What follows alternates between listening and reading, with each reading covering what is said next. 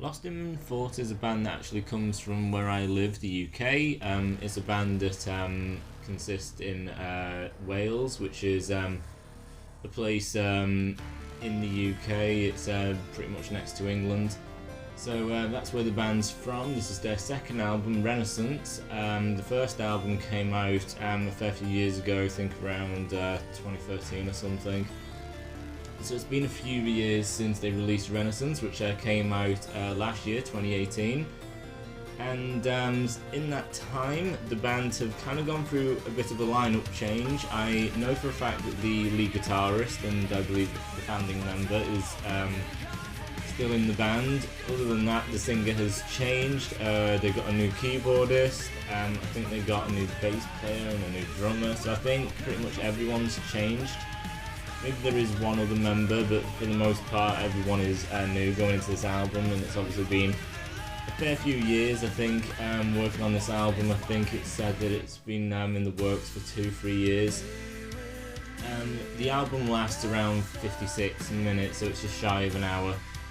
And they class themselves as progressive metal, so that's pretty much all there is to say on kind of, you know, where they're from, what they've kind of been through, their style and stuff. So let's get into the album. So the first track, A New Life, is 7 minutes and 22 seconds. It starts off with one of these kind of introductory build-ups, which I prefer than it being its own little song where it lasts about 2 minutes of absolutely nothing, and then when it gets into the first song it has an intro build-up, or it's not even connected to the intro. This has a build-up, so you've got some atmospheric noises, you've got clean guitars that come in, and it sounds like it's going to go for this really mature kind of sound because you've got all these clean guitars, this kind of bright, nice kind of atmospheric sound and everything sounds quite relaxed and everything until the verse actually comes in. The intro is, you know, the build-up is basically the intro, so from that you just kind of go straight into the verse, and I think it's kind of a good thing and kind of a bad thing because the intro seems like it's going to be very mature, very nice and have good melody and stuff, you know, because of clean guitars and things and the kind of keys. But when the verse kicks in, it is very, very fast. So the guitars are no longer clean, they are, you know, going through, you know, the kind of dirty gain channel, and the drums are pounding, and then the vocalist is singing at a pretty quick speed. He's not really kind of like lingering on certain words and projecting, it's basically just kind of like rushing through his lyrics and stuff. His voice is a lighter end voice. It isn't one of them more deeper voices with a kind of a round bottom to it. It's a bit more higher and a bit more kind of piercing than them kind of voices. So it is unusual because you've got this really nice intro, and I kind of wanted an expansion on that and the song kind of based around that, and then getting a verse which is just so kind of dry and straightforward, fast kind of metal. It doesn't seem as appealing as what the intro was kind of setting up. The appealing part of it and why they probably do it is because you expect something and then they completely flip it on its head, so it's not what you're expecting, it's not predictable, which is a good thing because music these days can get very predictable because there's so many bands out there who copy each other, and so much has been done and accomplished already that where is there to go? So it was surprising, so I do like that they did that, but it is a bit unmusical because of, you know, the kind of how fast it goes and everything. It does lack a tad of melody. The melody does kind of come in with the pre-chorus. The pre-chorus, it goes back to kind of clean guitars and everything slows down. The voice goes super kind of you know, soft and light and clear, and that's quite nice. And then as it gets into the chorus, you've got a bit of piano, and then it changes back to kind of the typical kind of key sound, and then the voice is a lot more open and things are kind of slower and stuff. It's still not as beautiful as what that intro was kind of building up, but I do like that it's kind of opened itself up a bit. As it goes into the second verse, the whole rhythm kind of changes, so it's still got a bit of speed to it, but the singer kind of has a bit more of a groove to his kind of singing style instead of just sounding like he's trying to get through the lyrics as fast as possible. He puts a bit more of a groove into his voice, it has a bit more of a melody to it. It's still going quite fast and everything, but the kind of pacing, the kind of overall beat and everything has changed, so it is kind of a new verse and a new kind of singing approach put into it. It then kind of changes halfway through, and then it changes for a third time. It doesn't have that pre-chorus, they've completely packed that in just for all new takes. Then we get back to the chorus, and then it's into the bridge. The bridge section is again all new and completely different to the rest of the song. So basically nothing is repeating itself apart from the chorus. Everything else is always new and never kind of carried over from a previous verse or anything like that, or a previous pre-chorus. So the bridge, it opens it up a lot, and again, kind of like the chorus, it's just as open.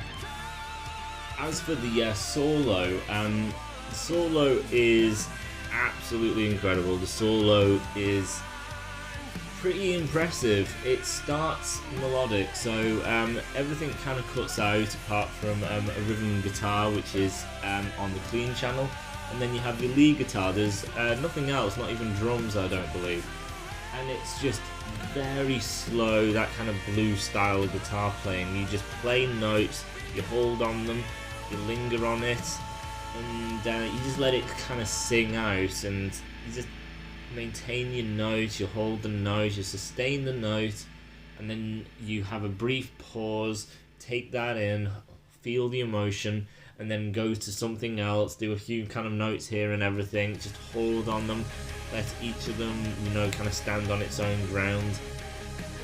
And it sounds beautiful, and then you hear the drum kind of build up, and then the drums are introduced. This doesn't change the style of the lead guitar or the rhythm guitar at all. It's basically just there is a drum beat now.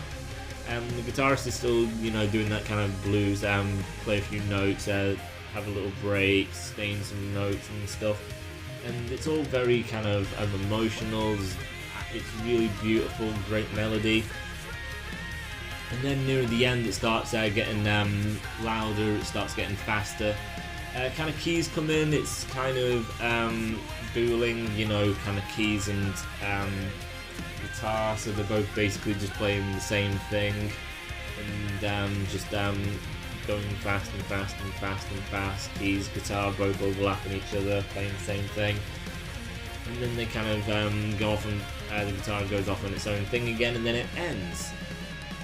Now I'll tell you the ballpark of how long the solo is. It's over an hour and 30, not an hour, that would be ridiculous, it's over a minute and 30 seconds. It's that long. That is a really long solo. A minute and 30, probably over. That is amazing. Compared to other guitarists who will play for maybe 10 seconds, 15, 20 tops, because 20, going over 20 is kind of ridiculous, and nobody wants that.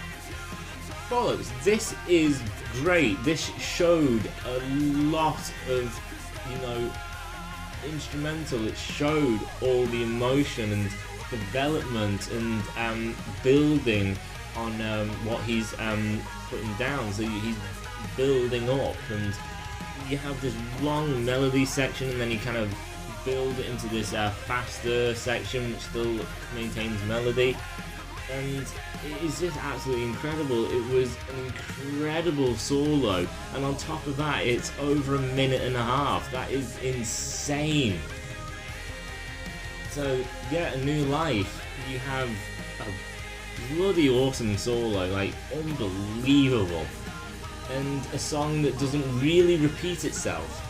It does lack in melody a bit if I have to be negative on something. I do kind of dislike that first verse just because of that kind of enjoyment and awaiting what that intro was going into, and then basically getting something completely different, it being a false kind of build-up type of thing they were going for.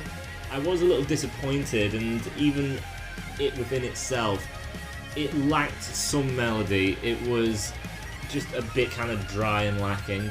As for the rest of the song, everything is fine and everything.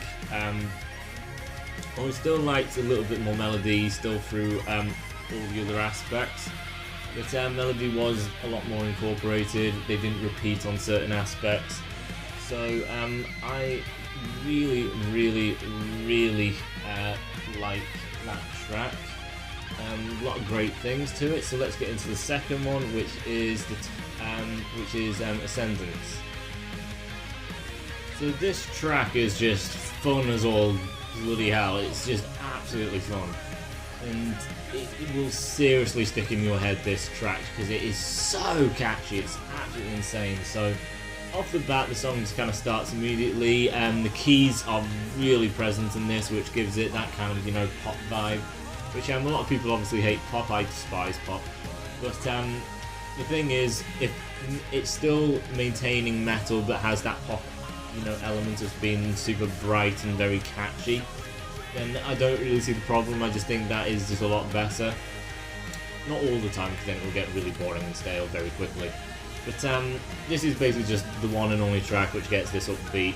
So, you know, nailed it. That's all you need. And then, you know, keep changing and adapting your songs as we go. So the keys are, you know, very present and everything. It's really poppy. It's super bright, cheerful, upbeat. And then getting into the verse and everything, it's just really kind of poppy, fun, catchy. The pre-chorus is basically just the instruments, guitars, keys. They're going fairly quick, actually. It's a pretty fast kind of interlude with the instruments before the chorus. And then just before the chorus starts, you just get the bit of, you know, fun kind of pop key sounds leading into the chorus. And then when the chorus comes in, just the voice is just so amazingly beautiful. Just the way he sings is just such amazing melody in his voice and beauty, and the overall music and everything is just so uplifting, so beautiful. It is so catchy. It is an amazing sounding chorus. And then going into the verse again, it's probably a tad different. It is pretty much the same as the first, but they do kind of, as the second verse plays out, it does have a few adaptations here and there where the melody will kind of dip into something just to give, you know, a hint of something new and different, and to not have it just one, you know, this is the verse in a whole. It's basically like, here's a verse, and then we'll, you know, change the melody here and maybe slow it down a tad here and get back on track. You know, just a few little breaks of melodies just to give it a bit more life and make it more kind of organic and just a stale, just here's A and here's A at the end, basically. And then, you know, the chorus is kind of the same. As for the solo, in this one, the solo is actually started by the keys. It is a whole key solo.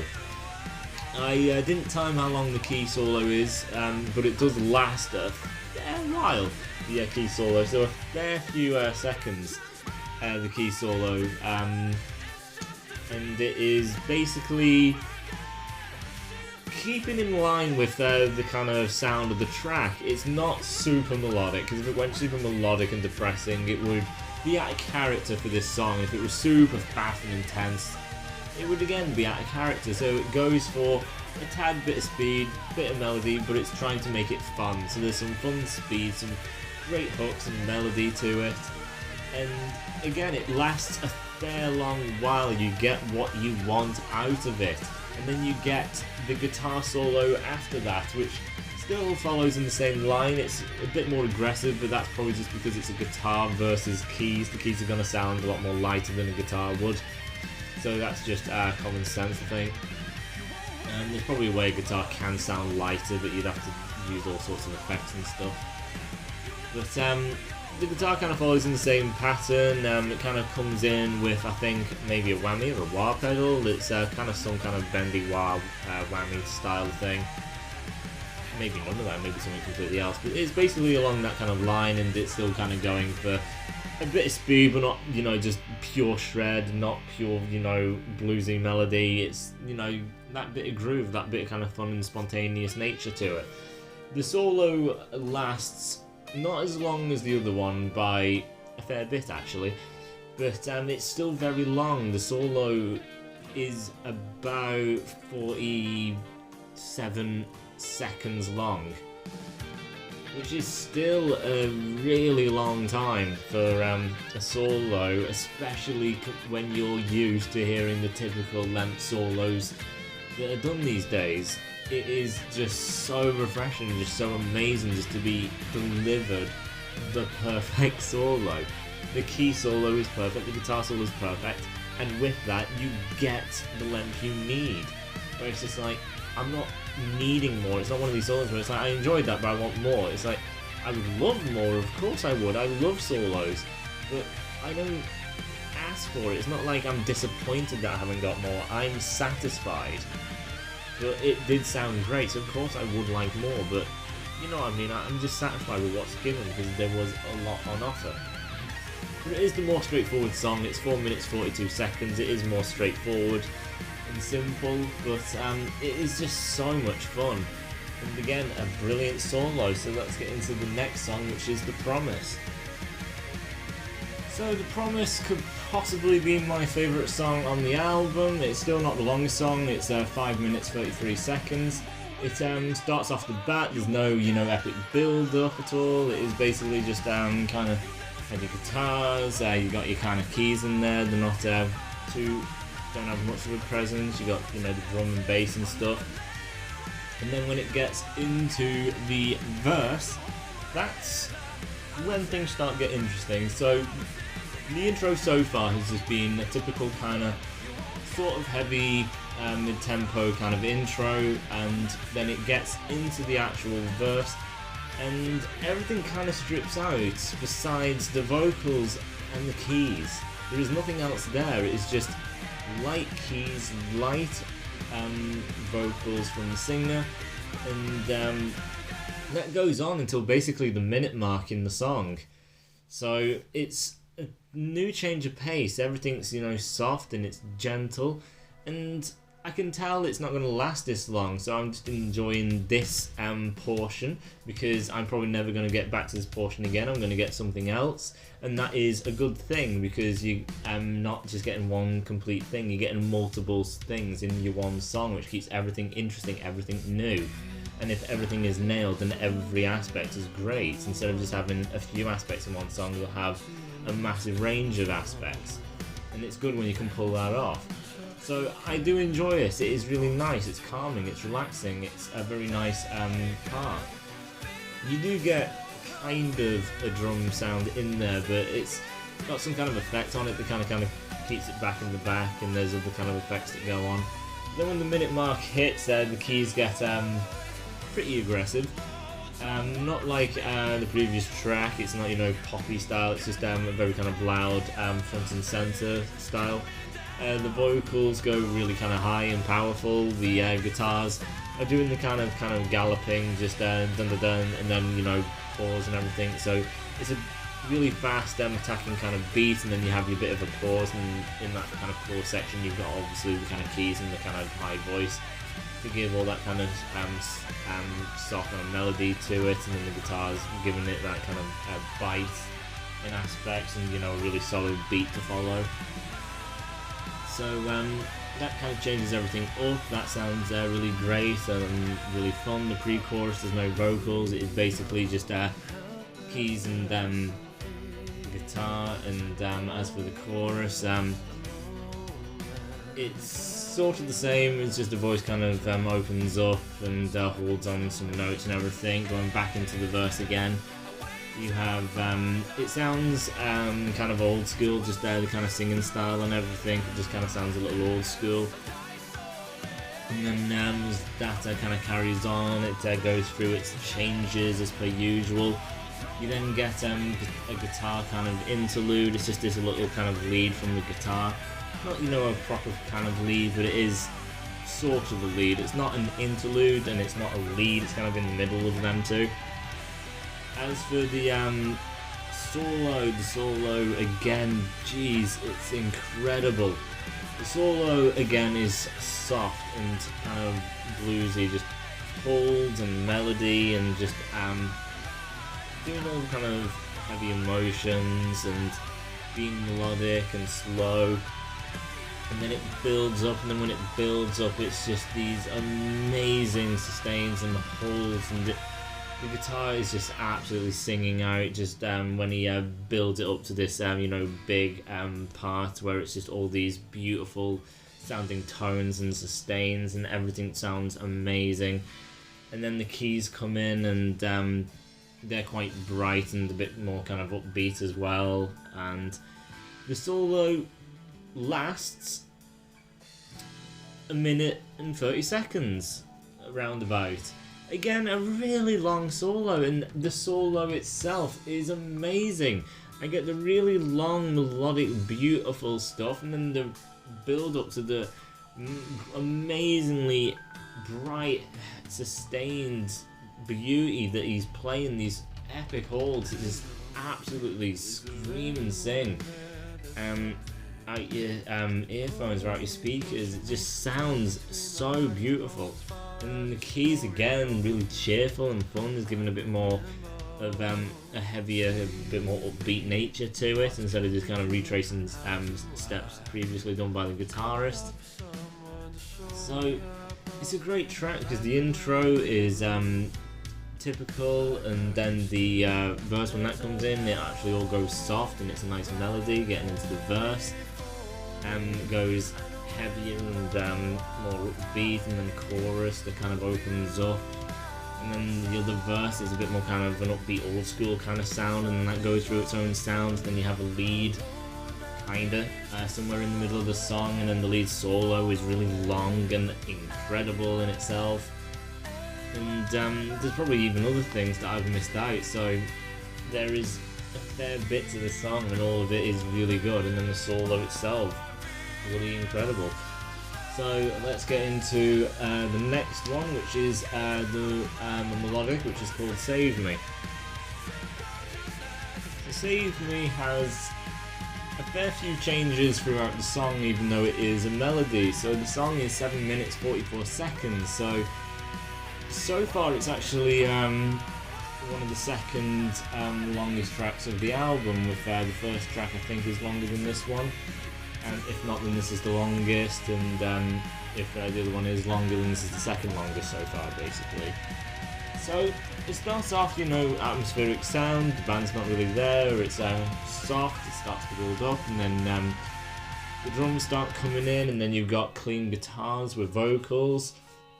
And the vocals are, lighter than usual. They're soft, very nice, and the clean guitars have a good melody to it. It's not just something really simple. It is a really nice melody, and they keep changing it up. So it goes up a step, but it's not basically up a step in anything. It's basically just the melody just gets a bit more kind of upbeat, maybe a little faster, as well as the singer. And then it does an increment again, where the singer just kind of puts a bit more of a harshness into some of his line delivery. So just watch you fade away. So just a kind of gnarly kind of spoken kind of word, and then the rest is kind of a bit cleaner. So a tad aggression is thrown into certain kind of words, just to give it a bit more of a kind of rougher feel and everything. So the melody never actually gets heavier at all. It's basically just what they're playing and how the singer delivers it. It makes you feel that things are getting heavier.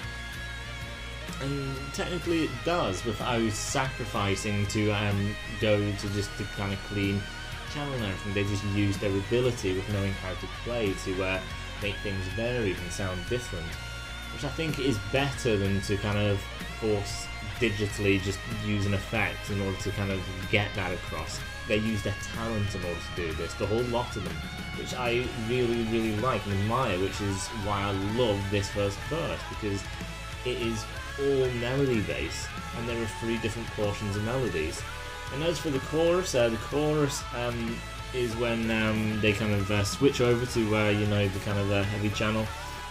Obviously still melodic, it's not like brutal death metal kind of shit they're playing. It's all melodic, and it's just they're on a heavier kind of channel, so the guitars have a bit more kind of crunch and bite to them. The singer goes higher because the guitars and the rest of the band are now higher as well, so he's not just basically shouting while everything's really soft.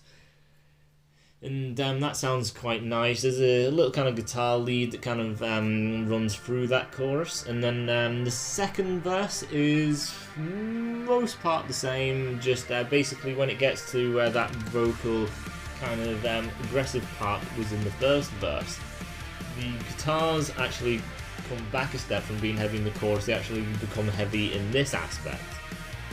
So they kind of switch onto that kind of aggressive channel in that section, and then that goes over into the chorus. And I think the second chorus, actually the lead is a bit more heard than the first chorus. I'm not actually sure about that. I think it does come across more clear, the lead that runs through the chorus the second time. And then after that, everything goes super soft with the kind of bridge section, and the voice I think has more higher notes that are hit in this bridge aspect. Then it goes heavier, and then it kind of comes back down again, and then it gets to the solo. So you kind of think the solo is going to come up at some point, but the bridge section actually does kind of it's quite expanded and goes in a few different directions before the solo hits, which I think kind of leaves you kind of wondering when the solo is going to come in, because typically you usually just get a short one style bridge and then the solo, but this kind of goes in about 3, maybe 4 different places before the solo kicks in.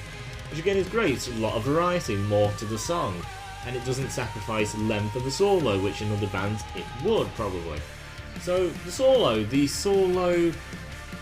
is over a minute, so it's a minute and probably 4 seconds. So again, really long solo. But this is where people are going to be torn up about, because I like the solo, but I am aware of what the problem is. I am aware it's basically just I emotionally and personally don't feel the problem. But obviously my brain knows of the issue. And that issue is basically that it's repetitive. Now I say that, and I have previously stated, people who have followed me for a while know, if something is repeated, I hate it. If a solo repeats itself, I hate it. I always like everything to keep moving. So I say this is repetitive, so why is this different? Well, it's insanely beautiful from start to end. The whole minute basically is all the same. It never changes at all. For the most part, it does change in certain aspects, but for the most part it's always the same thing for a whole minute, and you would think that would be so long to just get the same thing, but that thing is so perfect and I don't want it to go away. I enjoy it. I love the sound of it. It is so beautiful. The tone is so amazing, and I really like it. It sounds brilliant. And he does do a few things, so he'll come out of the repetitive nature and then do a bit of a kind of thing here, and then go back into it for a while. Then it'll just be a da-da-da, and then trail off somewhere for a second or two and then go back to it. So what you're getting is not really a lot kind of changing outside of that, which is a little disappointing, but again, I really like the lead that's being played because it just sounds so damn beautiful. And another thing, I don't know if he is actually moving the pattern that he's doing around on the fret, because sometimes it sounds like it's going a bit brighter, so when it starts it's a bit kind of round and has a fatness to it, so I don't know if he moves it a bit further down the neck, maybe goes down a step and then does the pattern again to give it that kind of brighter aspect. So I don't know if he is doing the pattern but in different areas of the guitar to give it different sounds. It comes across like it, but because it is the same pattern over and over again for pretty much a minute.